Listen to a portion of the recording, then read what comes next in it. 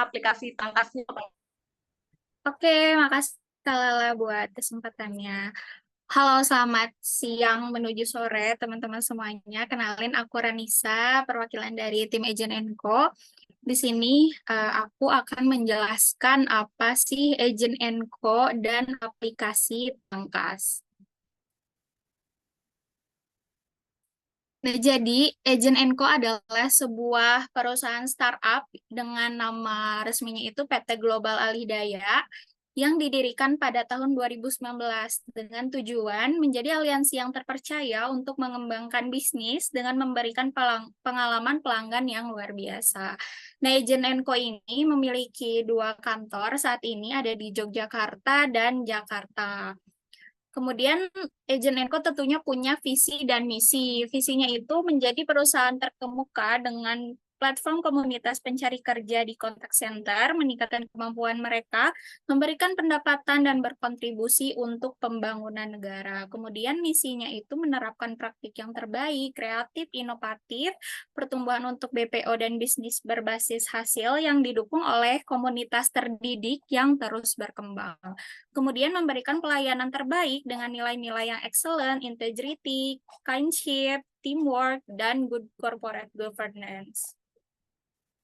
Oke, nah sesuai dengan visi Agent Co ini yang memiliki visi untuk membangun Indonesia. Nah, ada nih beberapa permasalahan, khususnya di bidang ketenaga kerjaan di Indonesia, yang diantaranya adalah kualitas pekerjanya relatif rendah, jumlah tenaga kerja yang banyak, gajinya relatif rendah, kemudian pertumbuhan lapangan kerja yang lambat, dan biaya upskill dan reskill yang tinggi. Oleh karena itu, dari masalah-masalah yang ada tadi, Agent Co ini memiliki inovasi berupa meluncurkan sebuah aplikasi yang namanya Tangkas by Agent Co, yaitu merupakan platform training online berbasis mobile apps yang gratis, dan di dalamnya itu terdapat pelatihan yang bisa teman-teman ikuti berupa hard skill maupun soft skill. Juga terdapat lowongan pekerjaan sekaligus misi-misi yang bisa dikerjakan dan nantinya bisa mendapatkan penghasilan tambahan. Aplikasinya ini untuk siapa sih? Aplikasi ini bisa digunakan untuk semua orang, terutama yang fresh graduate, anak SMA yang sudah kerja, maupun yang memang tidak memiliki pekerjaan gitu. Kemudian apa sih keuntungan Tangkas ini? Yang pertama tentunya bisa diakses dan gratis seumur hidup kalian. Asal kalian ingat dengan email dan password kalian, itu bisa diakses terus. Kemudian materi dan pelatihannya itu jadi tidak langsung ke materi yang terlalu profesional. Jadi kalian bisa memahami dari materi-materi itu secara runtut gitu. Kemudian materinya itu disusun juga oleh expert. Jadi tidak sembarangan ya teman-teman. Kemudian bisa mengumpulkan poin nih, poin utamanya itu karena Tangkas ini di dalamnya memiliki training yang nantinya dapat poin, kemudian misi-misi yang nantinya juga dapat poin. Jadi bisa jika teman-teman rajin mengikuti kegiatan dari Tangkas atau Agent Co, pasti bisa tuh menambah penghasilan teman-teman sebagai yang sudah kerja maupun yang belum ya. Kemudian di dalamnya juga terdapat lowongan pekerjaan maksud saya. Jadi di dalamnya itu langsung ada lowongan pekerjaan dan bisa langsung di-apply di sana. Kemudian Tangkas ini juga boleh di next. Nah, untuk gambaran lengkapnya, teman-teman bisa lihat dulu video berikut ya.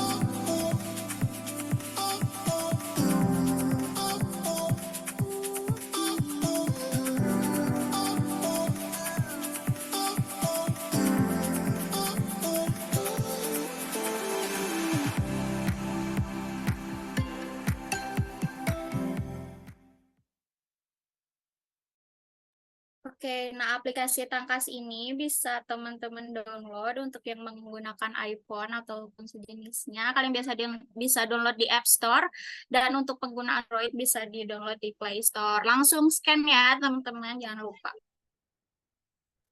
Oke, selanjutnya setelah kita mendownload nih aplikasi tapi profil terlebih dahulu. Caranya itu ada di menu utama, kemudian klik tombol pilihan menu, dan lengkapi profil.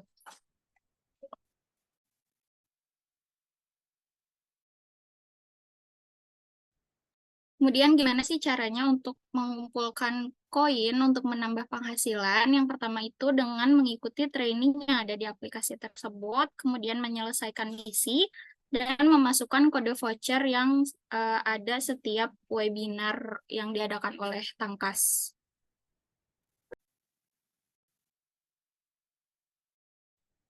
Untuk mengakses training di aplikasinya itu, yang pertama, kamu ke menu utama, kemudian klik tombol pilihan menu, dan di sana terdapat banyak sekali training-training yang bisa teman-teman ikuti. Nah, untuk mengikuti misi, sama ada di tombol pilih menu, kemudian di sana juga banyak misi-misi yang bisa teman-teman ikuti, yang beragam, mulai dari memfollow Instagram, juga melakukan penjualan berbagai barang ya. Nah, untuk jika memang terdapat kesulitan saat mengerjakan misi di aplikasinya, atau mungkin tidak bisa mengakses misi di aplikasi, teman-teman bisa mengakses misi di website misi.agentandco.com. Nah, untuk mencari dan melamar lowongan pekerjaan juga ada di tombol pilihan menu. Di sana ada menu lowongan pekerjaan. Di situ bisa teman-teman langsung apply di dalam aplikasinya. Nah, untuk cara pencairan koin ada di tombol pilihan menu di penarikan koin. Di sana teman-teman harus memverifikasi dulu profil teman-teman, seperti mengisi nama lengkap dan lain-lainnya. Kemudian harus minimal yang bisa dicairkan koinnya itu adalah 55.000 koin. Nah, untuk update event selanjutnya yang akan diadakan oleh Agent Co, bisa diakses juga nih di aplikasinya, ada di menu utama, di sana ada event, tinggal klik aja, nanti di sana bakal update webinar-webinar yang kedepannya akan diadakan. Nanti juga biasanya ada notifikasi di aplikasinya. Nah, untuk kode voucher di bulan ini, di webinar ini, adalah 4 lead, LEAD. Jangan sampai salah ya, karena kalau misalkan typo atau misal tidak menggunakan kapital, itu tidak akan terdetek gitu. Ini valid sampai 31 Oktober dan akan langsung otomatis masuk 3.000 poin ke akun Tangkas, teman-teman. Oke, jangan lupa juga gabung di Telegramnya Agent Co, di nama channelnya itu Community Agent Co. Di sana biasanya eh, biasa diadakan games yang pemenangnya itu bisa mendapatkan poin juga. Jadi lumayan buat nambah-nambah koin teman-teman. Oke, dari aku cukup nih Kak Lala. Aku kembalikan ke Kak Lala. Oke, terima kasih Kak Ranisa. Nah, teman-teman semuanya udah terjawab ya, kenapa kalian harus download aplikasi Tangkasnya. Karena kita bisa reskill sama upskill, terus di situ ada informasi lowongan pekerjaan, gak cuman itu, kita bisa dapet cuan juga tuh dari situ. Singkat cerita ya, cerita singkat nih, aku udah mencairkan sebesar 350 ribuan. Nah, teman-teman bisa banget tuh untuk jadi apa ya, jadi uang saku gitulah untuk beli seblak ya. Oke, teman-teman, sepertinya udah nggak sabar banget ya untuk mendengarkan materi kita hari ini.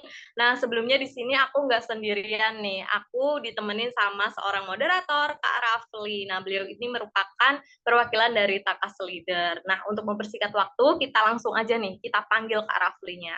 Halo, Kak Rafli. Halo Kak Lala, Oke, gimana nih kabarnya? Alhamdulillah baik. Alhamdulillah. Oke, udah siap ya, Kak ya? Oke siap Kak. Mantap. Mangga, waktu dan tempat dipersilakan. Oke terima kasih Kak Lala telah memberikan kesempatan aku untuk memandu sesi materi Roadshow Tangkas webinar series pada siang hari ini. Nah, sebelum itu aku mau perkenalan diri dulu nih. Perkenalkan nama aku Rafli, aku merupakan perwakilan dari Tangkas Leader yang hari ini akan memandu teman-teman semua nih untuk mendengarkan materi dari narasumber kita pada acara Roadshow Tangkas Webinar Series yang berjudul Virtual Assistant, Strategi dan Teknik Manajemen Proyek untuk Profesi Virtual Assistant. Di webinar kali ini kita akan mendengarkan sama-sama nih materi yang sangat pastinya insightful banget dari narasumber yang Masya Allah lah istilahnya sudah berpengalaman gitu kan dan akan membahas seputar virtual assistant ini. Tanpa berlama-lama lagi langsung aku sambut narasumber kita yaitu Kak Asifa Ramadila. Halo Kak Asifa. Halo Kak Rafli. Oke, sekilas aku perkenalkan Kak Asifa dulu nih ya. Kak Asifa ini adalah Traffic Coordinator at Upgrading Women Ltd dan akan membahas mengenai virtual assistant, strategi dan teknik manajemen proyek untuk profesi virtual assistant. Oke, langsung tanpa berpanjang-panjang berbicara, langsung aku serahkan dan aku eh, serahkan lah istilahnya untuk Kak Asifa memberikan materi pada siang hari ini. Silakan Kak. Oke, terima kasih untuk Kak Raffi. Jadi terima kasih juga sama teman-teman sore ini mau datang ke webinar dengan Tangkas by Agent Co. Seru banget. Saya langsung share screen aja ya ngomongin tentang materi hari ini. Sudah terlihat ya. Sebentar. Sudah Kak. Oke, jadi hari ini saya akan menjelaskan tentang judul-judulnya aja ya, dari strategi dan teknik manajemen project bagi virtual assistant. Kalau dari judulnya aja kayak kepanjangan ya. Tapi intinya adalah gimana caranya kita sebagai seorang virtual assistant yang bakal menghandle berbagai macam klien, itu bikin kita nggak overwhelmed dengan pembagian tugasnya dan segala macamnya. Jadi sebelum kita memulai, saya memperkenalkan diri dulu. Jadi nama saya Asifa Ramadila, biasa dipanggil Siva. Saat ini saya bekerja di salah satu content marketing dari United Kingdom, namanya Upgrading Women Media Group, sebagai traffic coordinator. Biasa passionate saya di digital system and business operation, banyak ngebantu di bagian itu juga di klien saya di bagian operation. Dan kalau lagi nggak ada kerjaan, biasanya sih baca buku aja.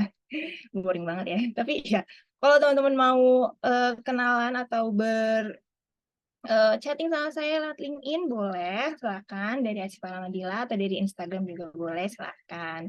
Nanti kalau ada pertanyaan-pertanyaan tentang freelance, tentang remote worker, boleh. Akan saya jawab kalau saya lagi buka aplikasinya ya. Oke, hari ini ada 3 pilar yang akan saya omongin, yaitu tentang project management. Ini lebih ke secara singkatnya aja sih, perkenalan tentang project management, lalu productivity tools, gimana cara biar kita tetap produktif untuk ngerjain berbagai macam klien atau berbagai macam project yang kita kerjain sebagai virtual assistant, dan juga klien manajemen. Nah, ini juga penting, gimana cara kita handle berbagai macam klien yang personalitinya pasti berbeda-beda ya. Nah, sebelum kita mulai tentang project management, sorry. Iya. Jadi saya mau memperkenalkan tentang project. Project itu apa sih? Jadi project itu adalah suatu berbagai macam task yang dilakukan dalam hal dengan memiliki goals yang udah kita tentukan gitu. Maksudnya gimana sih? Maksudnya jadi tas-tas ini yang kita kerjakan itu tuh memiliki goals-nya. Jadi setiap project itu ada end date-nya, nggak sesuatu yang recurring, yang berulang-ulang gitu. Jadi project itu memiliki end date dan juga goals-nya. Kalau misalkan project-nya udah kelar, udah sesuai dengan goals yang kita inginkan atau yang sudah disepakati oleh tim, oleh project manager atau dari manajernya, berarti project-nya sudah selesai gitu.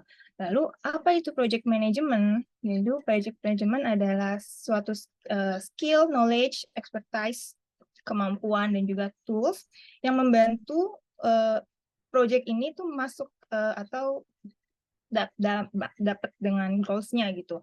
Maksudnya gimana? Jadi project management itu sesuatu yang bisa memanage project yang sedang kita jalani agar project itu sesuai dengan schedule-nya, dengan planning-nya, dengan segala macam yang sudah kita rangkai sama-sama untuk mendapatkan goals yang sesuai yang kita inginkan. Kalau dari pengertiannya ini, project management itu bukan suatu pekerjaan. Jadi dia adalah suatu skill yang bisa kita uh, di upskill, bisa kita pelajari kalau kita mau membuat satu project. Contohnya aja dari suatu company, misalkan company-nya ini ada seorang marketing manager yang memiliki project untuk membuat brand awareness dari company-nya dia naik gitu. Dengan cara apa? Dengan membuat konten-konten yang menarik di sosial media. Goals-nya apa? Yaitu si followers-nya naik, terus datang kunjungnya ke website juga naik. Itu kan goals-nya ada ya. Jadi apakah dia seorang project manager atau enggak, dia kan seorang marketing, tapi karena dia punya otoritas menjadi seorang manager, dia mau project-nya dia ini meet the goals-nya kayak gitu, dan dia bisa mengimplementasikan skill-nya untuk meleader project itu dengan project management. Nah, gimana sebagai seorang virtual assistant? Kita kan sebagai virtual assistant ini bekerja sendiri. Kita kalau belum punya company, ya insya Allah punya company ya, punya agensi sendiri.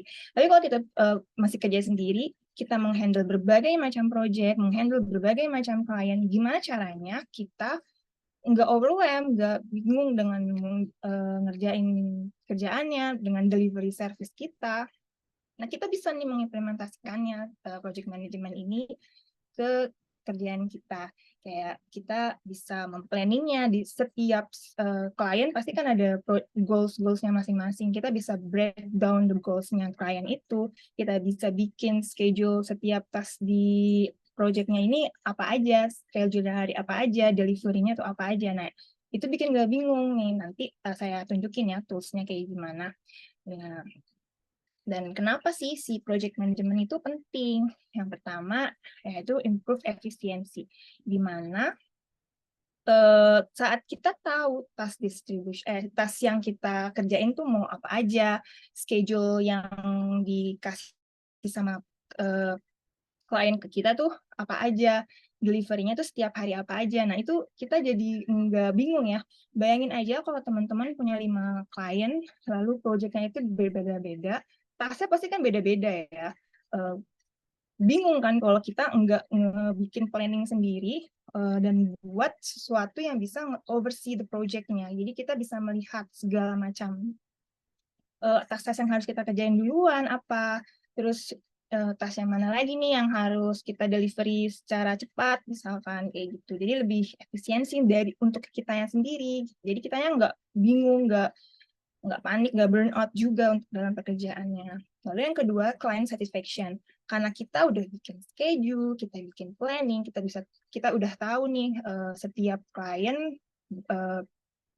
delivery-nya hari apa aja, dan kalau misalkan kita ngasih sesuai sama yang sudah kita janjikan, misalkan setiap hari Jumat sebagai misalkan contohnya dia virtual assistant sebagai desain grafis, setiap hari Jumat dia deliver the service untuk desainnya, setiap hari Jumat dia kasih terus setiap hari Jumat, dan yang pasti klien kan jauh lebih senang ya. Itu kenapa? Itu juga karena kita udah planning sebelumnya. Jadi kalau mau ngerjain kerjaan si klien A ini yang harus ngasih di hari Jumat, ya kita kerjain di hari Rabu atau hari Kamis. Jadi pas hari Jumat, klien udah bisa melihat nih apa kerjaan yang kita sudah lihat hasilnya.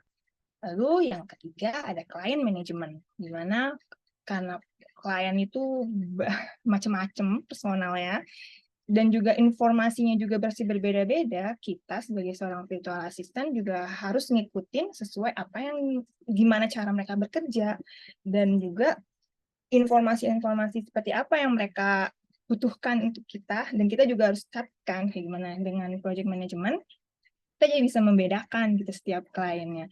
Yang keempat, ada time management, di mana karena kita udah tahu schedulingnya, kita udah tahu delivery setiap klien. Nah, itu hari apa aja, dan kita juga bisa manage time kita.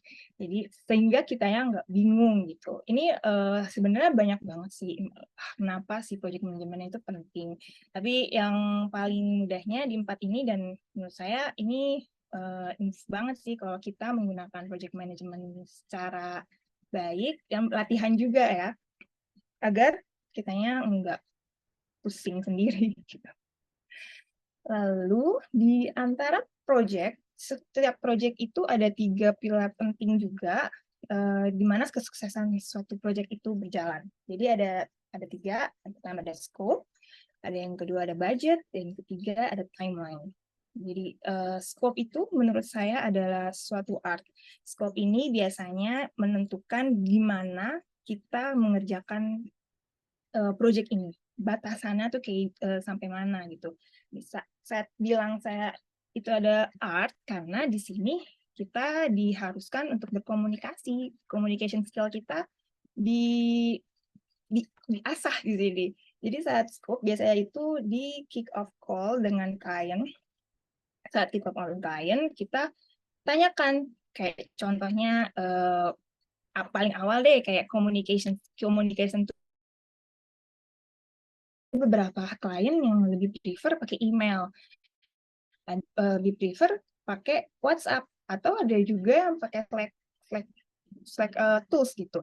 Ini beda-beda. Nah, itu harus kita tanyakan. Terus delivery-nya setiap hari apa aja misalkan, atau end of date-nya atau project ini kelar tuh sampai kapan, dia ekspektasi dia tuh seperti apa. Nah, ini di sinilah kita sebagai virtual assistant, karena kita ngejalanin project ini, kita harus cari tahu dengan baik kayak gimana caranya yang dia mau, yang dia ekspektasikan dari project ini. Seperti itu. Lalu yang kedua, budget. Yang pasti klien kalau udah nge-hire kita sebagai freelancer pasti udah punya budgetnya. Tapi tanyakan juga kembali, budget yang mereka punya itu berapa?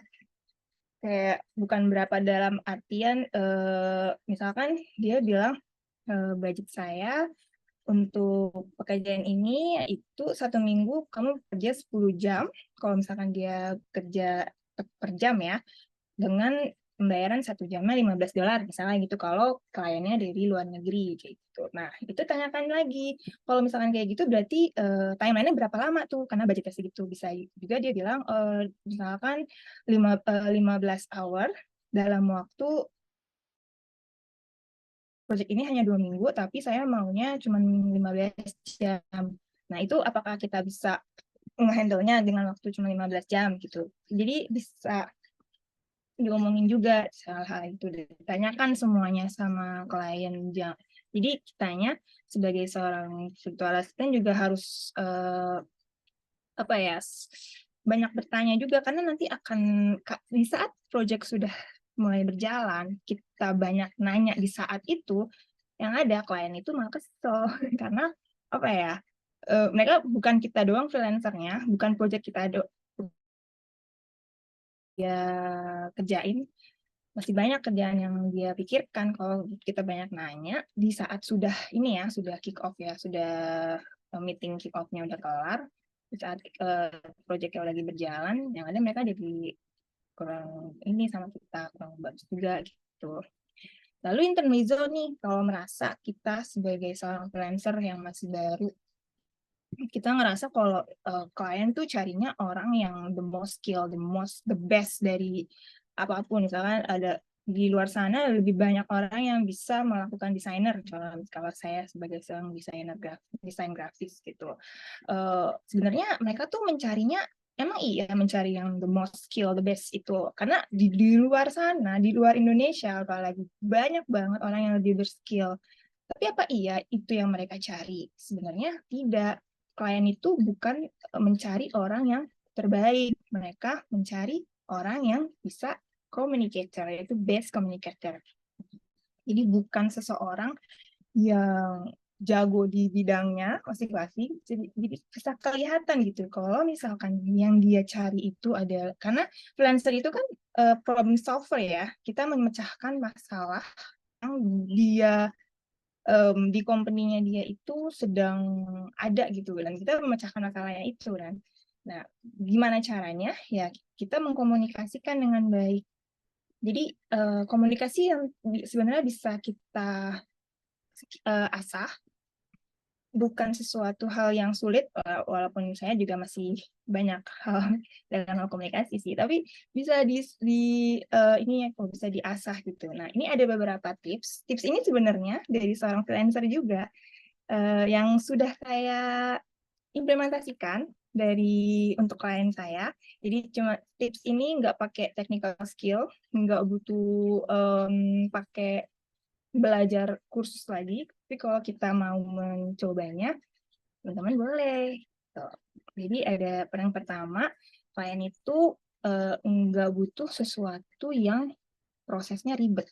Mereka butuhnya yang easy to understand proses. Mereka nggak butuh tuh yang namanya saat kita lagi interview kayak gitu, si klien itu nggak perlu tahu proses yang kita kerja, yang mau kita kerjain itu kayak gimana. Yang penting mereka udah dapat delivery service-nya. Itu yang terpenting dari mereka. Karena itu tadi, karena klien itu kan banyak ya yang freelancer-nya yang dia kerjain. Kalau kita ngejelasin berbagai banyak hal yang ada, mereka jadi capek sendiri gitu, dengerin kita ngomong. Di saat interview kebanyakan sih si klien itu lebih banyak yang ngomong. Jangan terlalu ngomongin hal-hal yang penting juga untuk klien. Lalu yang kedua, ask the right question.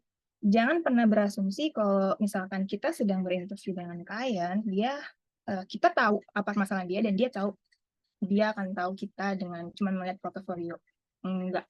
Karena yang namanya pain point tiap orang itu beda-beda, goalsnya tiap orang itu beda-beda, prioritasnya itu beda-beda. Jadi ask the right question, tanyakan hal-hal yang sesuai dengan yang kita konteksnya apa, yang sesuai dengan proyeknya itu apa.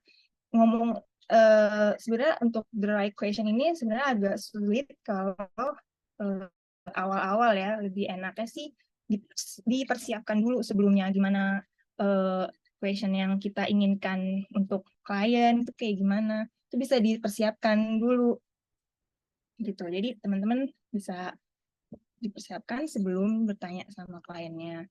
Jadi, lalu yang ketiga, setelah kita banyak bertanya, klien itu juga suka sekali kalau kita listen and repeat. Itu maksudnya gimana? Jadi saat klien ngomong, jangan diam aja. Kalau bisa, mikrofonnya itu juga nyala dan kita memberikan dia reaksi gitu loh. Kayak anggukan kepala, karena mungkin dari kamera juga kan, atau ya berikan sesuatu hal yang dia bisa melihat kalau kita tuh mengerti apa yang dia omongin. Karena kalau kita diam aja, mereka akan berasumsi kalau kita nggak tertarik dengan mereka. Bayangin kalau misalkan kalian tertarik sama orang, pasti kan banyak bertanya kan. Nah, kita banyak bertanya, dan juga kalau kita sebagai orang yang komunikasi dengan baik juga kan mendengarkan kan, karena dia pasti akan menjawab pertanyaan kita. Nah, itu yang harus dikerjain sih sebagai seorang freelancer atau virtual assistant. Jadi banyak bertanya, juga sebagai yang baik juga kita mendengarkan apa yang mereka omongin, dengan juga berikan anggukan ya, seperti hal-hal yang sebenarnya sederhana, tapi sebenarnya itu sangat apa ya, mereka akan banget resonate gitu loh. Lalu yang keempat lagi ini, yang pertama present solution not service. Karena kita ini bukan seorang karyawan dari company, kita ini present solution. Bukan kalau karyawan kan tasnya udah tahu nih ngerjain apa aja. Tapi kalau seorang freelancer itu ngerjain problem solver atau ngerjain satu tas aja gitu. Misalkan kalau desain grafis ya udah ngerjain desain grafis aja. Problemnya mereka kekurangan seorang desain grafis yang kurang yang tidak sesuai, misalkan yang sebelumnya kurang sesuai dengan brand guideline-nya dia. Nah, ya udah kita ikutin itu dan solve the problemnya company itu. Jadi jangan ngomongin tentang service. Kalau misalkan kayak problemnya dia apa, terus kita malah nawarin service yang kita punya, misalkan gitu. Itu kan jadinya klien malah jadi kurang juga sama kita, ngeliatnya kok dia malah nawarin service padahal yang dia butuhin orang yang bisa menyelesaikan permasalahan di company-nya dia gitu. Nah, yang kelima, karena klien itu orangnya beda-beda, namanya manusia pasti punya personality yang berbeda-beda ya. Mereka punya keunikan sendiri, punya keunikan masing-masing yang gak bisa kita samain. Jadi kalau kita bekerja dengan orang, ya kita ikutin cara dia bekerja. Kalau misalkan dia mau update setiap proyeknya ini tiap hari di grup Slack, ya udah kerjain karena yang udah disetujui seperti itu kan. Lalu atau enggak ada yang kliennya lebih suka dengan project update-nya itu setiap seminggu sekali lewat email, ya udah diikutin. Jadi jangan karena kita pengen kliennya tahu terus dengan update terus kita setiap hari kita emailin kliennya, ya jangan kayak gitu. Yang ada kliennya malah nggak suka sama kita, kesel sama kita. Jadi coba dikurangi, ikuti apa yang si klien ini inginkan, dan ini bisa kita tanyakan juga saat kick off komunikasi, maunya kayak gimana, lewat apa. Itu kan tiap orang beda-beda ya. Ada orang yang personality-nya memang sukanya lewat email, dan ya udah nggak apa-apa, nggak usah menganggap itu suatu hal yang aneh. Lalu yang keenam, yang terakhir adalah over communicate. Karena kita ini dia punya hak ya, kita kan membantu dia, bukan bekerja untuk dia, membantu dia, dan dia juga berhak untuk mengetahui proyek ini tuh udah sampai mana gitu. Jadi jangan pernah lupa untuk update proyeknya. Kayak klien pengen tahu juga dong klien udah sampai mana proyeknya. Karena dia nggak nanya kita, bukan berarti kita nggak perlu update proyeknya gitu. Jadi jangan lupa untuk komunikasi yang baik. Jadi kan jadi tips-tips ini ngomongin tentang komunikasi ya, dan itu bisa diimplementasikan sama teman-teman dan juga bisa dilatih. Gitu. Jadi bukan sesuatu hal yang sulit, tapi bisa lah gitu. Walaupun awal-awalnya kelihatannya kayak kalau banyak misalkan kayak banyak nanya, kelihatannya tuh kita tuh kayak orang bodoh ya, banyak nanya. Padahal sebenarnya klien tuh suka banget ditanya. Karena kalau kita bertanya, kita kelihatan kalau kita tuh tertarik dengan dia, tertarik dengan proyeknya, bukan tertarik as a personal ya, tertarik gitu. Gimana sih kalau kita banyak nanya sama orang. Jadi komunikasi skillnya sebenarnya yang juga salah satu yang penting teman-teman sebelum kita ngomongin tentang technical skill. Nah, lalu kita ngomongin tentang client management. Ini gimana caranya kita menghandle klien yang berbeda ini, dan bikin kitanya juga nggak overwhelmed nih kan dengan perbedaan-perbedaan klien ini. Yang pertama, you must train your client to respect your time, and it's your responsibility to sell them on why. Itu maksudnya kayak gimana ya? Jadi maksudnya adalah saat kita kita kan ngikutin cara dia kerja dengan updates-nya dia, misalkan dalam sehari berapa kali misalnya gitu. Dan kita sebagai seorang freelancer juga punya hak untuk dia nge-respect time kita. Jadi jangan pernah bilang kalau saya punya waktu kapan aja untuk Anda. Jadi kalau Anda mau telepon saya atau mau WhatsApp saya atau email saya, ya saya akan jawab. Itu di pikirannya si klien itu bakal bilang kalau dia akan berekspektasi kalau kita akan jawab dia di jam 12 malam. Itu kan keluar dari ini banget ya, personal kita, live kita banget ya. Jadi train your client sesuai dengan apa yang kita inginkan. Jadi misalkan kliennya dari luar negeri, karena dia misalkan dia dari Kanada misalkan, beda 11 jam, terus dia meng-WA saya jam 1 paginya, jam 1 siang. Kita bilang telepon saya kapan aja, saya akan balas dan sebenarnya, dan berarti dia berekspektasi saya akan membalasnya jam 12 malam itu, malam-malam saya kan, karena kita udah ngomong. Jadi dari awal kita juga harus train klien kita ke waktu-waktu yang tepat untuk mengkomunikasikan dengan saya, ini di jam segini dan jam segini. Jadi teman-teman yang tentuin, kayak kalau misalkan di waktu, misalkan kliennya orang Indonesia, berarti ekspektasi Anda, kita train si kliennya ini ya, waktu kerja kita dari misalkan jam 9 sampai jam 5 itu adalah waktu saya untuk Anda mau ngomongin tentang kerjaan, oke, saya akan mau gitu, meeting jam 1 siang juga oke, karena kita udah masih tahu kan sama mereka. Dan kalau mereka WA kita jam 6 sore, karena dia orang Indonesia juga, ya dia jangan berekspektasi untuk saya untuk membalas WA Anda gitu. Jadi kita train si kliennya itu. Dan yang pasti klien itu akan mengerti kok. Kayak karena kita takut si kliennya enggak, kayak apa ya, kayak kita pokoknya harus ngikutin dia gitu dan segala macamnya. Ya, kalau misalkan kita ngikutin dia terus-terusan, yang ada kitanya yang capek. Bayangin aja teman-teman jam 6 sore masih dia berekspektasi kita untuk membalas dan ngomongin tentang kerjaan. Padahal waktu itu saya lagi bersantai dengan keluarga gitu. Kan nggak enak ya. Jadi gak apa-apa untuk nge-train kliennya itu, dan klien pasti bakal paham kok kalau kliennya benar ya. Dan mereka juga pasti akan paham dengan hal ini, hal mendasar ini gitu. Lalu yang kedua ada, you do not gain or secure power in the marketplace by accommodating everyone. Jadi maksudnya kayak kita sebagai freelancer, karena kita pekerja lepas, kita bantu semua orang, karena oke, kita yang daripada nanti kliennya hilang atau apa, nanti mendingan kita iyain aja gitu. Lebih baik tidak sih.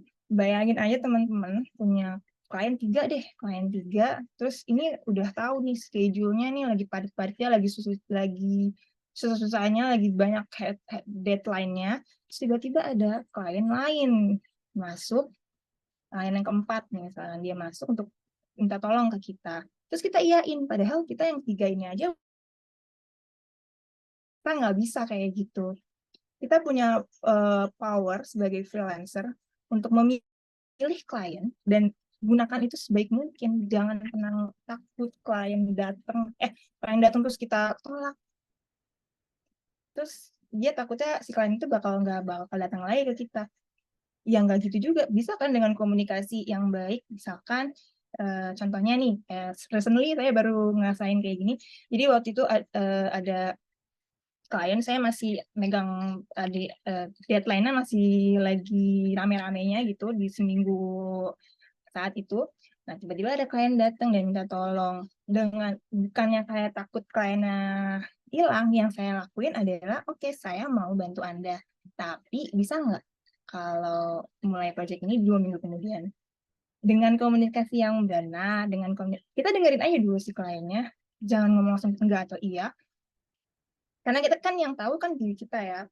Lagi pula saya juga tahu kalau deadline-nya juga tinggal dikit lagi. Ya ngomong aja kayak gitu. Bisa nggak mulainya di 2 minggu atau 3 minggu kemudian? Karena saat ini saya nggak bisa. Dan mereka pun juga mengerti hal itu.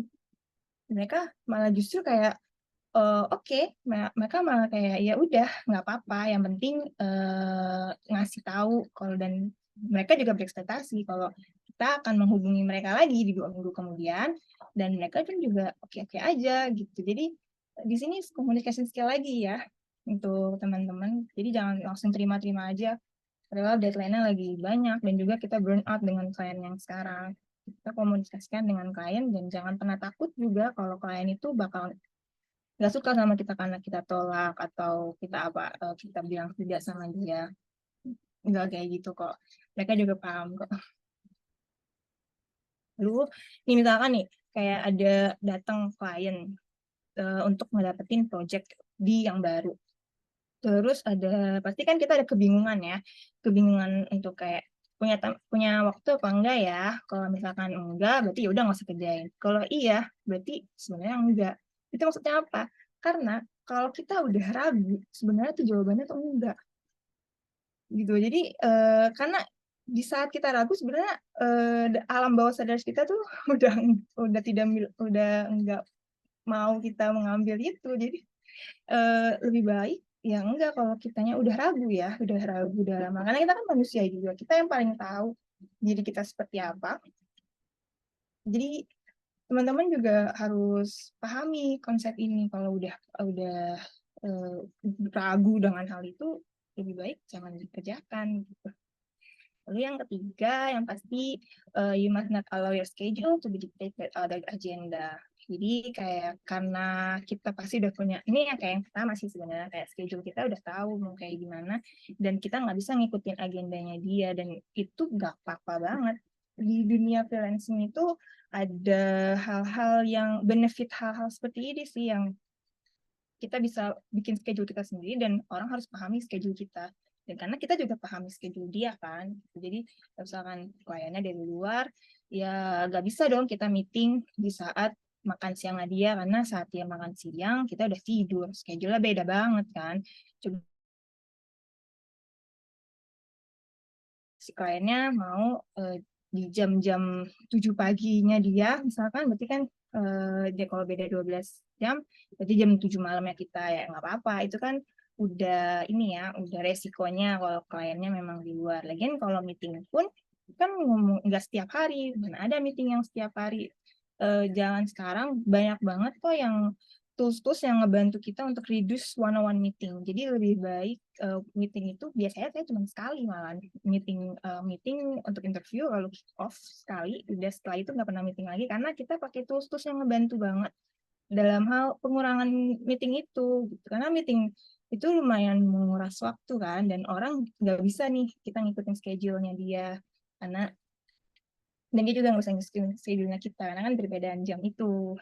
So, nah, karena kita ngomongin tentang PM, yang pasti kita butuh sesuatu tips dan essential tools yang ngebantu kita dalam hal project managing kita.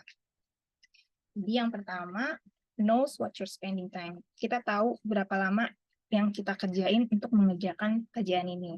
Jadi coba teman-teman di saat ngerjain satu task ini, coba deh teman-teman di track time-nya. Banyak banget track software tools yang bisa teman-teman coba. Salah satunya ada namanya Google Track. Ini yang paling sering saya pakai sih, Google Track. Ada hours, track, time, dan time champ.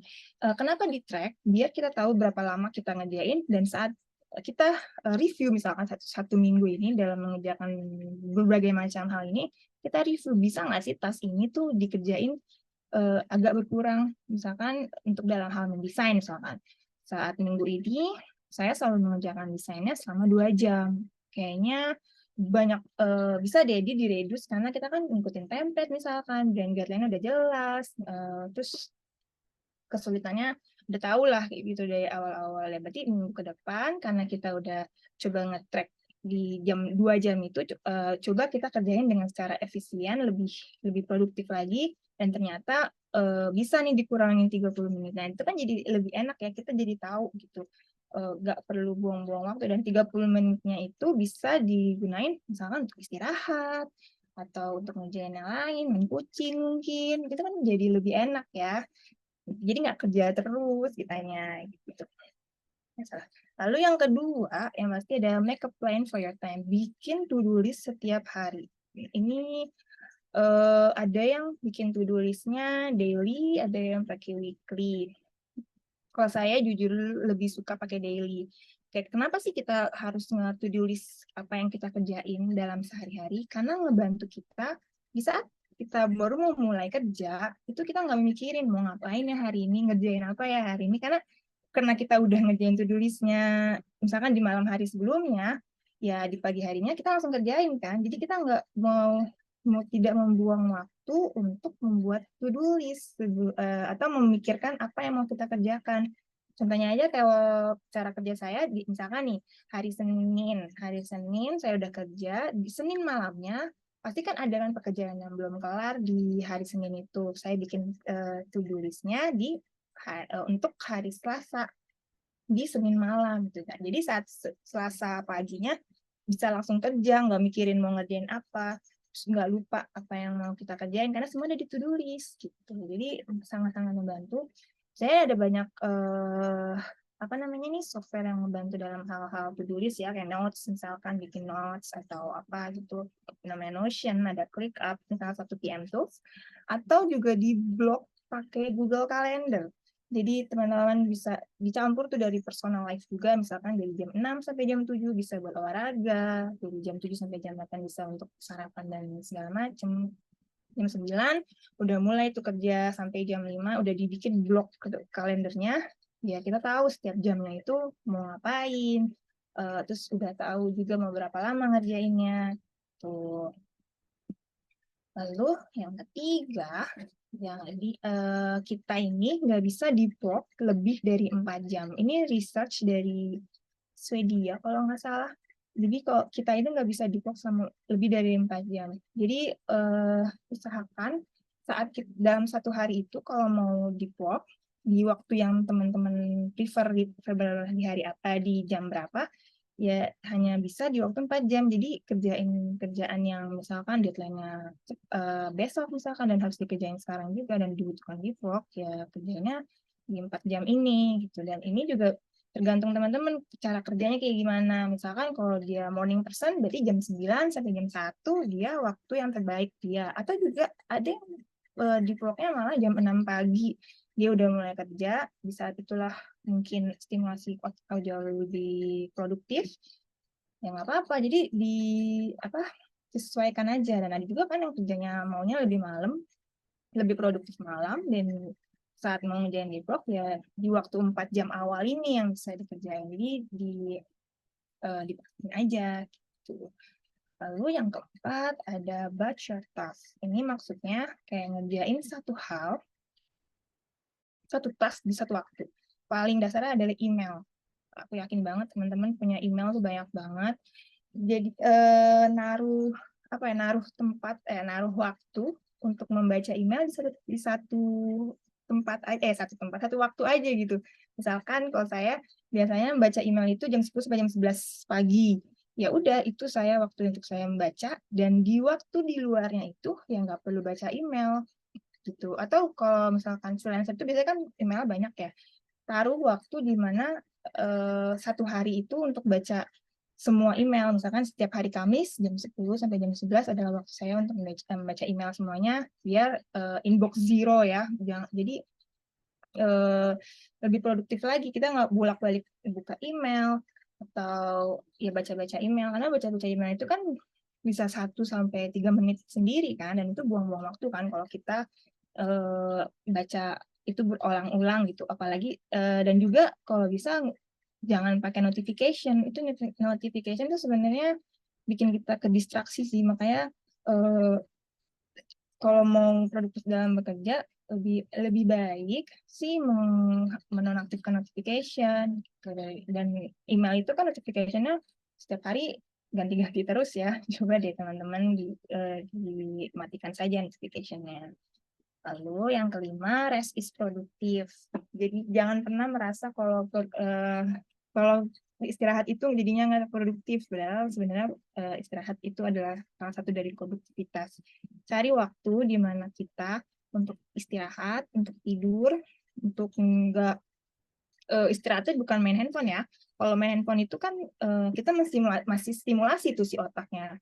Dan juga istirahat mata karena kita kerja di rumah, kita ngeliatin laptop setiap hari, terus istirahatnya ngeliat handphone, jadinya nggak istirahat. Istirahat ya benar-benar istirahat, kayak misalkan dari muslim sholat, makan, dan tidur siang. Jadi cari waktu itu untuk tidur siang. Kalau tips dari saya, cari waktu tidur siang, karena saya kerjanya di 2 tempat, dari jam 12 sampai jam 1 saya istirahat, lalu jam 6 sampai jam setengah 8 itu saya juga istirahat, karena kan tempat kerjanya di luar, jadi ngikutin di luar kan. Nah, jadi saat saya ngerjain kerjaannya yang di company yang sekarang, ya, pas malam pun saya masih produktif gitu. Jadi sesuaiin aja sama teman-teman gimana caranya untuk bisa istirahat, dan jangan pernah merasa nggak penting istirahat itu, karena istirahat itu penting. Ya, kayak 20 menit tidur power sleep ya, itu juga kan bagus juga untuk stimulasi otak kita gitu, jadi istirahat. Nah, di sini ada beberapa buku yang pernah saya baca tentang productivity. Kalau teman-teman mau ngomongin tentang productivity, buku-buku ini salah satunya yang bisa dipakai. Ada Deep Work, ada Atomic Habits, The 4-Hour Workweek. Ini kayaknya impian semua orang ya, kerjanya 4 jam cuman 1 minggu 4 jam doang. Ini buku menarik banget karena kita ngomongin tentang delegation, automation, sama apa ya, agak lupa. Ada beberapa hal yang sebenarnya bisa diimplementasikan tapi agak sulit, tapi bagus sih, bagus. Nah, efektif ini juga. Lalu ada juga, misalkan kalau teman-teman lebih suka untuk melihat YouTube, bisa juga nih dari ada Ali Abdaal, ada Andrew Huberman, dia salah seorang neuroscientist yang ngomongin juga tentang productivity, tapi juga ngomongin tentang lewat otak gitu loh. Jadi sangat menarik banget untuk dibaca, untuk ditonton. Atau Abdaal ini juga, kayak teman-teman kalau ngomongin productivity pasti kenal ya namanya Ali Abdaal ya, sangat kenal juga. Lalu newsletter, saya suka dengan newsletter karena menarik aja sih, setiap minggu dapat hal-hal baru. Dan di newsletter ini, mereka ini adalah freelancer juga. Jadi point of view dari freelancer lain, nah itu kan jauh lebih menarik ya. Ada Jamie Brindle. Tips yang tadi itu, tips yang tadi saya kasih itu sebenarnya dari Jamie Brindle, dari salah satu newsletternya yang sangat menarik sekali untuk dibaca. Ini salah satu freelancer juga. Ada ini James Clear, penulis Atomic Habits, dan Rich Webster. Dia juga bagus juga sih ini, dia freelancer juga, gimana kita mau produktif sebagai freelancer. Dan juga saya belajar untuk tidak banyak meeting 101, itu juga dari dia, pakai berbagai macam tools, atau kayak PM tools juga ngebantu. Dan ini sebenarnya dari dia, Rich Webster ini menarik banget, bisa teman-teman subscribe untuk nambah-nambah ilmu di emailnya. Lalu ada misalkan kalau suka Instagramnya, mereka juga punya Instagramnya, boleh dilihat-lihat.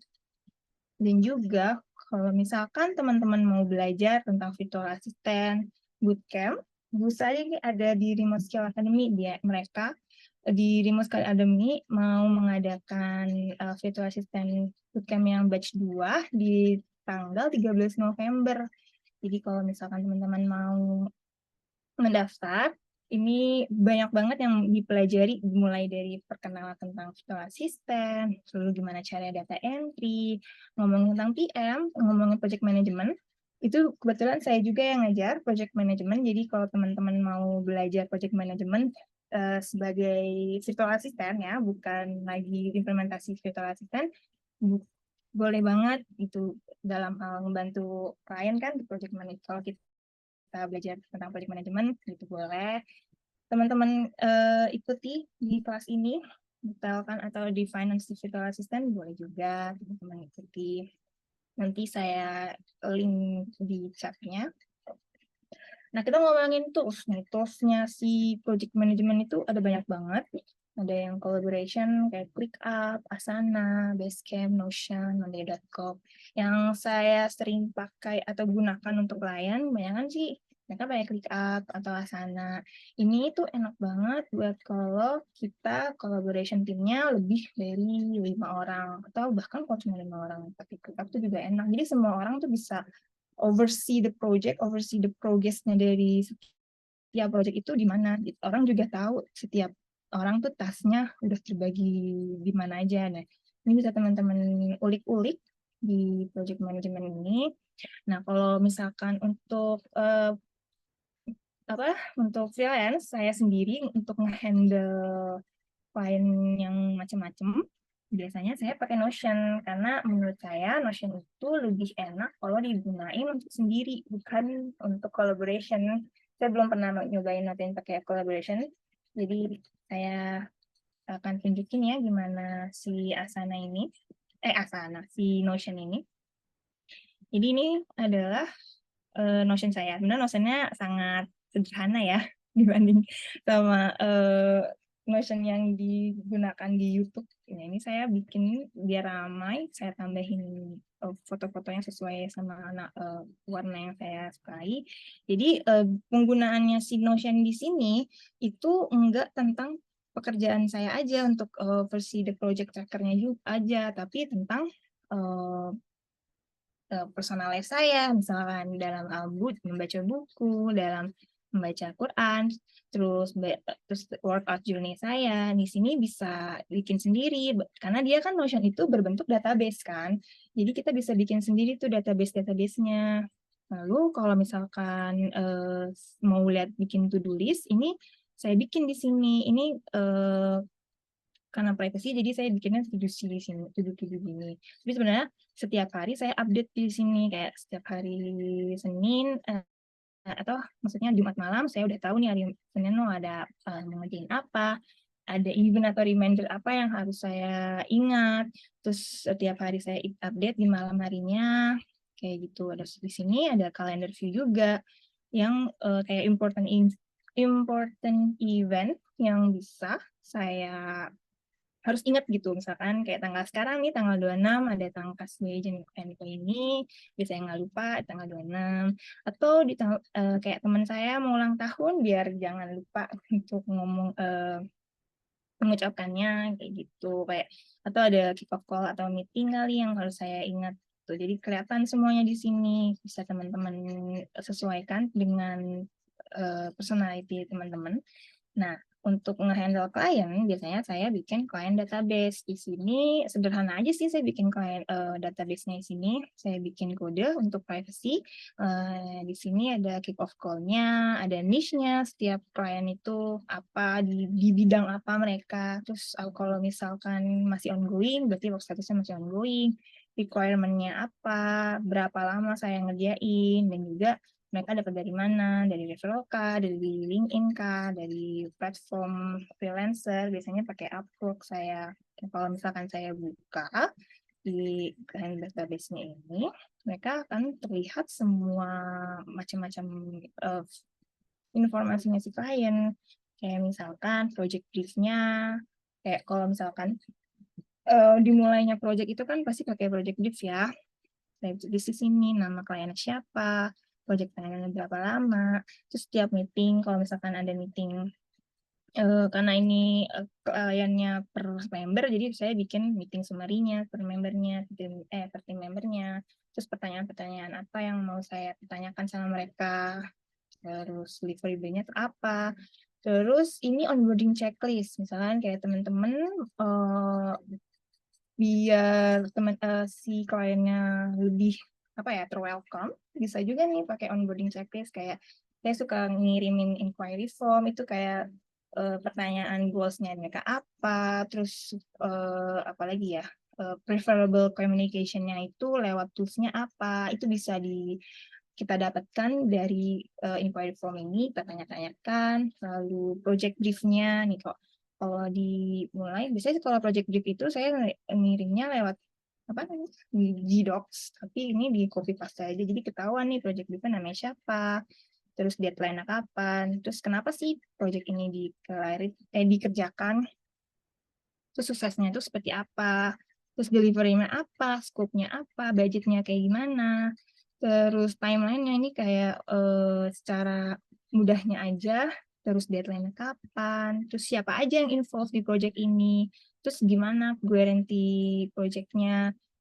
dan anything else. Nah, di sini nih ditambahin nih anything else, kayak saya karena waktu itu apa namanya si kliennya ini adalah orang Kanada, jadi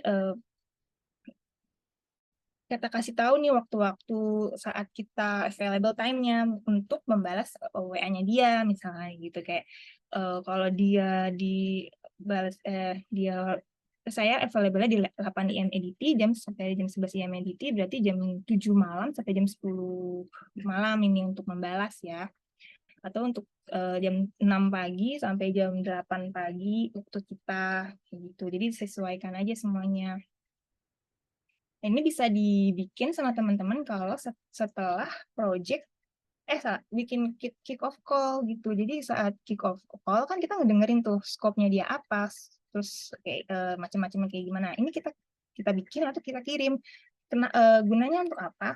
Biar si kliennya ini sama kita align gitu, satu tujuan gitu. Jadi semuanya terlihat di sini. Lalu apa lagi? Oh ya, saya bikin thank you email juga atau WhatsApp. Kalau kita udah dapat emailnya dia, kita bilang thank you kayak welcome, dan terserah teman-teman mau kayak gimana. Terus booking kick-off-nya juga. Terus kalau misalkan email mereka punya newsletter, teman-teman bisa tuh nge-subscribe email newsletternya mereka. Dan juga follow media sosial mereka. Biasanya sih saya LinkedIn gitu kan, LinkedIn company-nya gitu. Biar kenapa? Biar kayak ya biar mendukung company-nya dia aja sih, biar seneng aja gitu. Terus Grand Access Slack, kalau misalkan ada beberapa klien yang lebih prefer pakai Slack, salah satu communication tools ya pakai Slack. Lalu ada yang juga yang pakai PM tools-nya, minta sama mereka Grand Access-nya. Lalu gimana cara kita nge-tracker ini? Ya kita pakai si table-nya ini, ditulis semua nama-nama task kita, lalu delivery-nya kapan, statusnya tuh kayak apa. Nah ini biar kita nggak overwhelm, karena kan ini satu project nih, misalkan satu project ini kerjaannya kayak gini dan datanya kayak gitu, datanya kapan, ketahuan kan semuanya, jadi kita nggak bingung tuh menghandle berbagai macam projectnya itu, berbagai macam project dari klien yang berbeda-beda. Ini satu klien kita bikinin project tracker kayak gini. Tuh. Ini sih mudahnya seperti ini, jadi tergantung teman-teman mau kayak gimana. Ini bentuknya table, bisa diganti layout misalkan dari kalender atau dari pakai list. Misalkan kalau kalender tuh bentuk galeri kayak gini, kalau table kayak tadi, board mungkin tinggal, kalau board kan tinggal dipindah-pindahin aja misalkan kayak gini. Itu tergantung dari teman-teman. Ini kan karena yang bikin kan kita sendiri, jadi preferable teman-teman aja mau bikin kayak gimana. Itu bisa pakai list atau table kayak gini. Oke, ini jadi klien database-nya. Jadi setiap klien udah punya database masing-masing. Kalau setiap kali kita buka, kita udah tahu nih siapa yang mau ngerjain apa. Tuh. Dan selain untuk kerjaan, di sini juga bisa untuk personalize kita. Kayak misalkan, karena saya suka baca buku, saya bikin tracking buku untuk tahunan gitu. Kayak tahun ini saya baru baca buku apa aja, itu saya tulis, saya bikin di sini. Kalau lagi bener, saya bikin summary-nya, kayak menurut saya tuh buku ini kayak gimana, kayak gitu. Jadi kayak bikin sendiri gitu loh database-nya, sesuai sama yang kita. Kayak ada tanggal 2018, saya baca 14 buku, ini bisa kita bikin sendiri di preferable aja. Dan ini bentukannya gallery view, layout-nya bisa macam-macam kayak tadi, berbeda-beda. Kalau mau nambah, tinggal nambah. Ini page-nya berbeda lagi. Nah, enaknya di Notion tuh kayak gitu. Jadi setiap page tuh nggak saling berhubungan, bisa berhubungan, tapi page-nya tuh kayak unlimited gitu. Mau di dalam page ini mau bikin page lagi tuh bisa kayak gitu. Atau kayak Workout Juni misalkan, karena kita manage diri sendiri ya sebagai seorang freelancer, jadi bisa kelihatan nih kayak minggu ini ternyata saya belum olahraga ternyata gitu. Jadi kayak ketahuan kan, tracking diri sendiri gitu buat buat diri sendiri sih banyak kan seperti itu. Dan juga di Notion ini bisa ada templates-nya, bisa dilihat di sini mau ngeliat di mana. Kalau templates to do list ada yang seperti ini biasanya collaboration ya, karena ada assigning-nya, terus ada project task-nya, ada templates yang lain yang bisa teman-teman coba-coba bikin sendiri sesuai sama personality kalian. Lalu ada basic content calendar, ini bentuknya Kanban kayak gini, kalau teman-teman lebih senang yang kayak gini. Dan juga ada bentuk-bentuk, ada foto-fotonya juga ya. Menarik. Terus juga bisa bikin desain portfolio, karena ya si ini tuh bisa di share gitu loh. Jadi kalau teman-teman mau bikin portfolio lewat Notion itu juga bisa. Gitu. Ada Saleswiki, oke, ada CRM juga. Oke, seperti itu deh. Sampai sini, apakah ada pertanyaan? Ya, tadi saya ngomong terlalu panjang.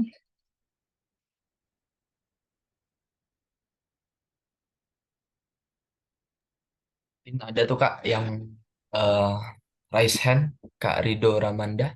Oh ya, silakan. Oke, silakan open mic Ya, saja. baik. Sebelumnya, Assalamualaikum warahmatullahi wabarakatuh. Waalaikumsalam. Bang.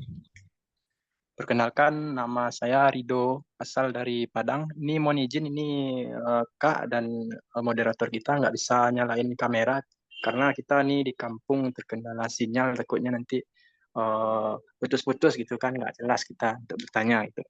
Iya, dengan Iya, ya Kak, sebelumnya saya mengucapkan banyak terima kasih nih kepada kakak kita yang Kak Asifa, Kak ya. Iya, benar. Sudah panjang lebar memberikan materi. Mungkin ini materinya cukup bermanfaat buat kita semua. Karena di zaman era yang serba digital ini, platform itu udah banyak yang nyediain akses-akses positif ya terutama Kak ya. Setelah saya simak nih beberapa paparan dari Kak Siva tadi ini mengenai memanage waktu Kak ya. Tentunya gimana kita eh, agar bisa membagi waktu kita dengan hal-hal baik gitu Kak ya. Pertanyaan saya begini Kak, karena sekarang ini kan udah zaman era teknologi Kak ya. Semua orang tentunya dari kalangan muda, kalangan eh, dewasa gitu Kak ya, udah memanfaatkan yang namanya teknologi. Bahkan setiap harinya tidak terlepas yang dari namanya teknologi Kak ya. Bahkan eh, tidak apa namanya sehari nggak megang gadget itu nggak puas lah rasanya gitu Kak ya. Tapi intinya kan nggak tahu apa yang diakses oleh pengguna tadi tentunya Kak ya. Balik ke diri kita masing-masing, bagaimana kita membagi waktu dengan hal positif seperti yang Kakak jelaskan tadi. Ini kebetulan nih pertanyaan saya nih Kak, bagaimana nih Kak agar kita misalnya ini kita kan eh, fokus terhadap hal baik gitu dalam penggunaan teknologi nih Kak. Cuma ada aja notif-notif yang mengganggu gitu Kak. Atau kadang kan kita pengen fokus ini 1 jam, pengen eh, memanfaatkannya kan dengan mempelajari apa yang. Tapi cuman kadang kita merasa jenuh gitu Kak. Atau teralihkan dengan hal-hal yang mungkin ada hal yang menarik, mungkin ada notif tiba-tiba gitu Kak. Nah itu gimana sih Kak menurut pengalaman Kak Asifa gitu, bagaimana kita untuk menanggulanginya gitu Kak. Mungkin itu aja mungkin pertanyaan dari saya Kak. Kalau kayak saya ada yang salah, saya mohon maaf Kak ya. Assalamualaikum warahmatullahi wabarakatuh. Waalaikumsalam. Terima kasih Kak Rido, keren banget, bagus banget pertanyaannya mengenai time consuming ya dari tools atau software yang sudah marak banget ya, contohnya kayak media sosial. Em, Jujur, ini juga sulit banget sebenarnya kalau dari saya pribadi juga sebagai pengguna media sosial, kayak saya senang banget ngeliat Twitter. Dibanding Instagram, saya lebih suka pakai Twitter karena berupa tulisan, jadi lebih banyak apa informasinya. Dari pribadi saya sih, gimana cara kita memanage waktunya itu tantangan kita ya, sebagai manusia. Kayak sesuatu hal yang nyaman pasti bikin kita eh, akan terulang terus gitu loh. Gimana caranya kita menguranginya? Balik lagi ke diri kita, ke awareness kita. Kita tuh untuk melihat si software-software ini kayak media sosial yang ada di luar sana tuh ada nggak sih manfaatnya gitu? Kayak apakah karena kita jenuh atau apakah karena kita bosan dengan pekerjaan kita misalkan, dan kita lebih senang melihat sesuatu hal yang menghibur karena itu kan dopamin ya.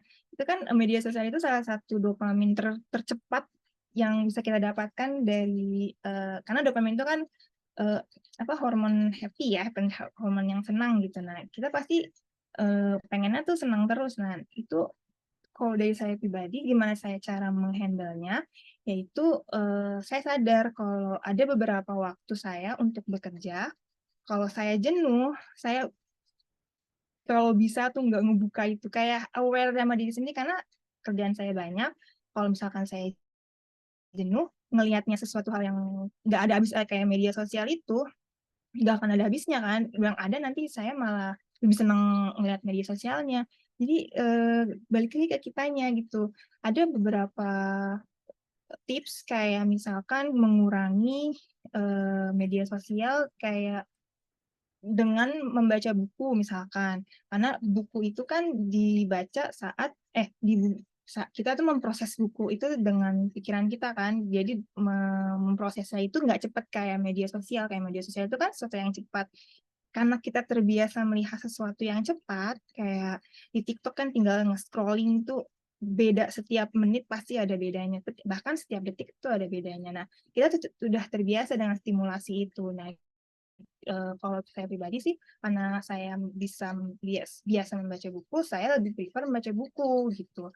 Kalau saya lagi jenuh, ya mendingan saya nggak ngebuka kayak media sosial atau suatu hal yang software-software yang tools ini, apalagi karena pekerjaan kita kan berhubungan dengan internet ya, dan pasti capek juga kalau kita jenuhnya juga ngeliatnya dengan internet gitu. Jadi melatih diri kita untuk aware sama diri kita kalau sesuatu hal ini tuh bisa loh kita kurangi gitu, bisa loh menjadi sesuatu yang lebih bermanfaat, misalkan sesuai dengan hobi-hobi teman masing-masing. Kayak kalau jenuh, ya udah embrace the jenuhnya, jangan cari pelampiasan dari media sosial itu gitu, kayak embrace ya pasti setiap orang ada jenuhnya, jadi jangan mencari dopamin yang cepat itu dengan media sosialnya. Emang sulit banget. Saya pernah juga ngerasa hal itu, sampai sekarang pun juga kayak kayak kok ngelihat media sosial tuh kayaknya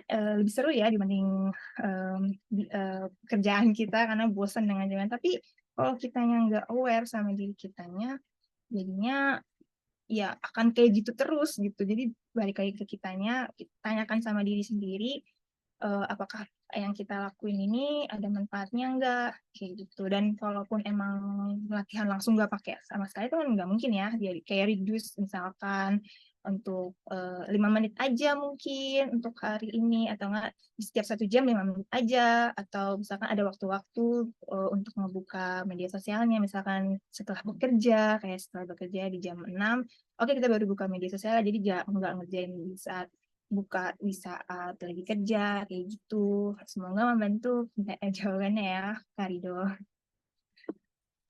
Oke, mungkin ada pertanyaan lagi nih Kak di kolom chat mengenai dari Tenika ya, mengenai kalau misalkan mau ngambil klien luar negeri itu portofolionya apa perlu menyelipkan bukti TOEFL atau IELTS kita atau enggak tuh Kak? Enggak sih, yang penting kan portofolionya pakai bahasa Inggris, dia kan mereka bakal paham kok, nggak perlu tahu TOEFL. Jadi kan bukan jadi karyawan, jadi Oke, kalau jadi berarti portofolio hasil kerjanya aja lah ya Kak. kayak gitu aja, nggak perlu kayak TOEFL-nya. Oke, ini ada lagi nih Kak dari Gladys Satori. Kak, kalau manajemen tools Asana gimana? Lebih user friendly Notion atau Asana? Tergantung. Kalau misalkan gunainnya untuk collaboration team, kayak nggak kerja untuk sendiri, lebih prefer pakai Asana saya. Tapi kalau untuk sendiri, saya lebih sukanya Notion karena lebih berbentuk apa namanya tuh kayak eh, database gitu kan, kita bikin sendiri. Kalau di collaboration, sebenarnya saya belum pernah sih, jadi kayak tahu gimana collaboration Notion itu kayak gimana kalau bekerja bareng-bareng. Tapi saya lebih prefer Notion untuk sendiri, kalau Asana untuk bareng-bareng kayak gitu. Kalau dibandingin sama Trello gimana Kak? Kalau Trello itu kan bentuknya Kanban ya. Saya belum pernah nyoba sih. Dia lebih jauh lebih cepat, maksudnya lebih gampang lagi apa dibanding ClickUp atau Asana ya. Karena Asana itu view-nya kan macam-macam.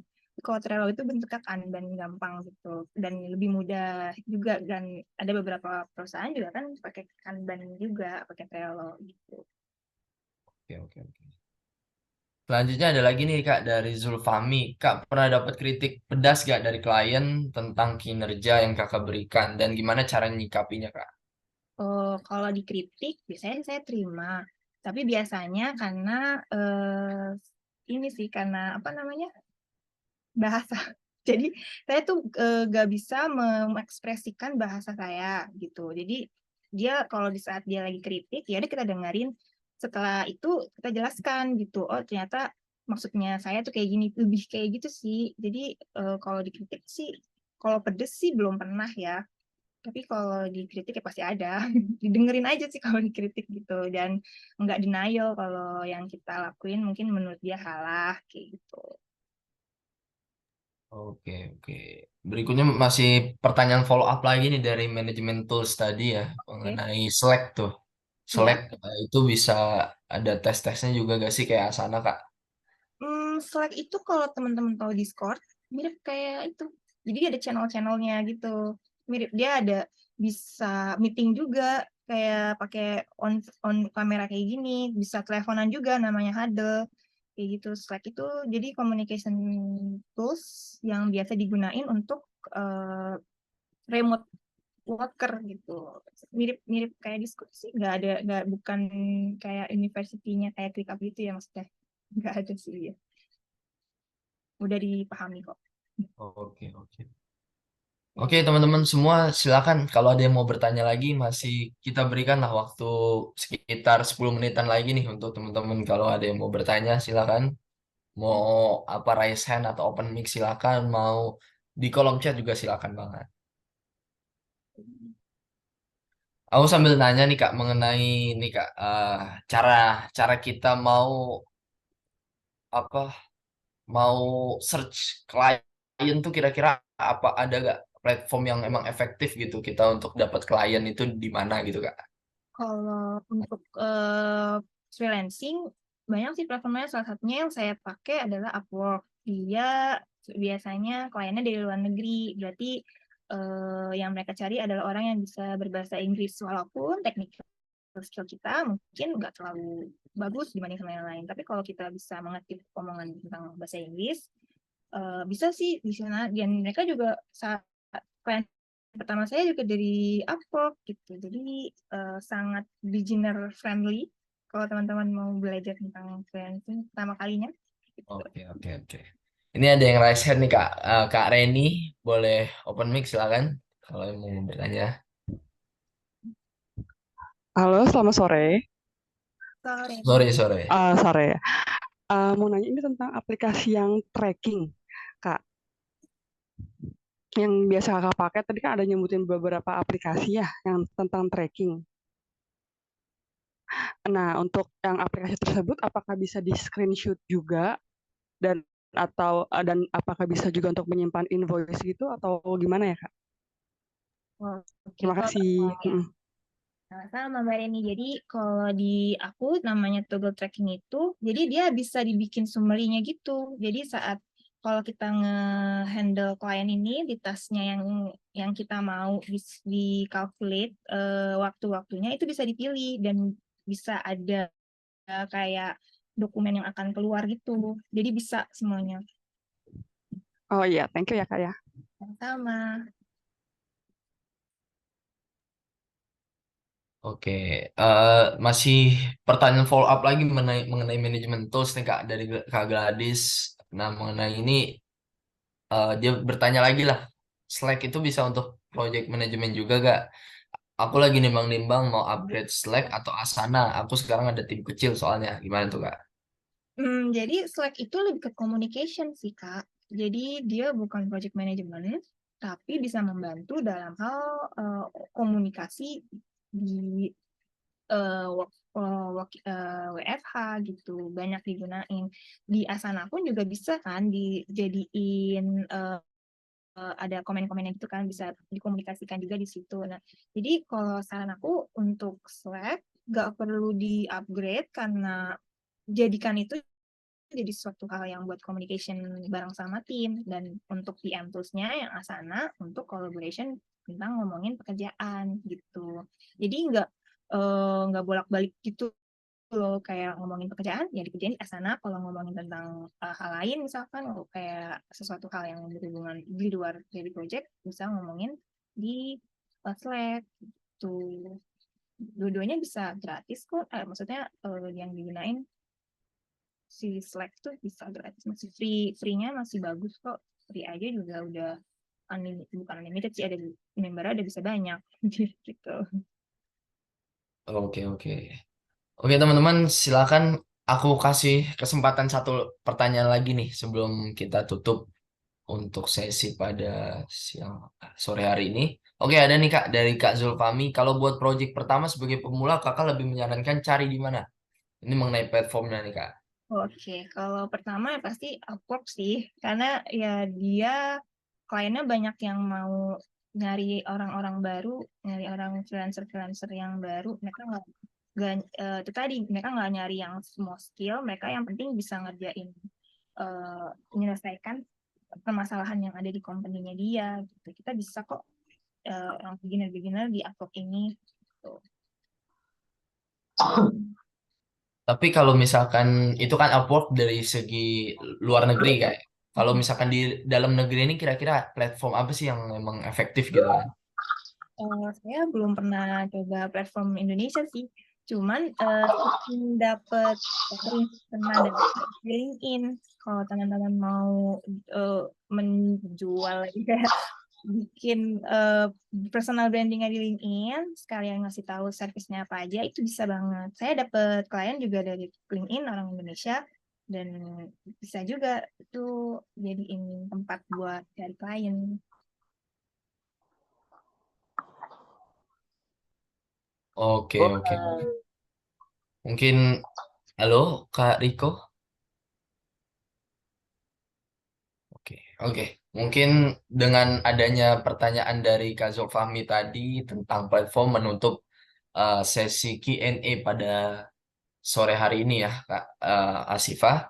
Dan sekali lagi aku mengucapkan terima kasih ya ke Kak Asifah ya. Tapi sebelum aku mau menutup sesi materi ini, aku pengen minta closing statement dulu dari Kak Asifah Ramadila. Silakan Kak. Oke, terima kasih sama teman-teman yang udah memberikan waktunya yang berharga untuk mendengarkan dan semoga yang saya kasih bisa bermanfaat dan diimplementasikan untuk karir teman-teman sebagai seorang freelancer. Jadi tahu ya trik-triknya kayak gimana untuk memenangkan hati klien-klien, mau dia dari luar negeri atau dari dalam negeri, semuanya sama, triknya sama aja. Jadi semoga bermanfaat ya untuk teman-teman. Terima kasih semuanya. Oke, terima kasih Kak. Oke, sebelum kita berpisah ya pada sore hari ini kita akan melakukan dokumentasi terlebih dahulu nih ya. Silakan teman-teman untuk menyalakan kamera. Aku kasih waktu mungkin 30 detik untuk teman-teman nyalain kameranya nih ya. Silakan. Oke. Mungkin dari tim Agent Enco bisa langsung mendokumentasikannya. Aku pandu aja ya teman-teman. 1, 2, 3. Slide berikutnya. 1, 2, 3. Sudah ya Kak? Halo Kak Alif atau Kak Faik? Sudah. Ya, sudah. Aman. Siap. Oke. Oke, luar biasa sekali ya. Sore hari ini kita mendapatkan insight yang luar biasa ya dari Kak Asifa. Aku mengucapkan terima kasih lagi ya kepada Kak Asifa Ramadila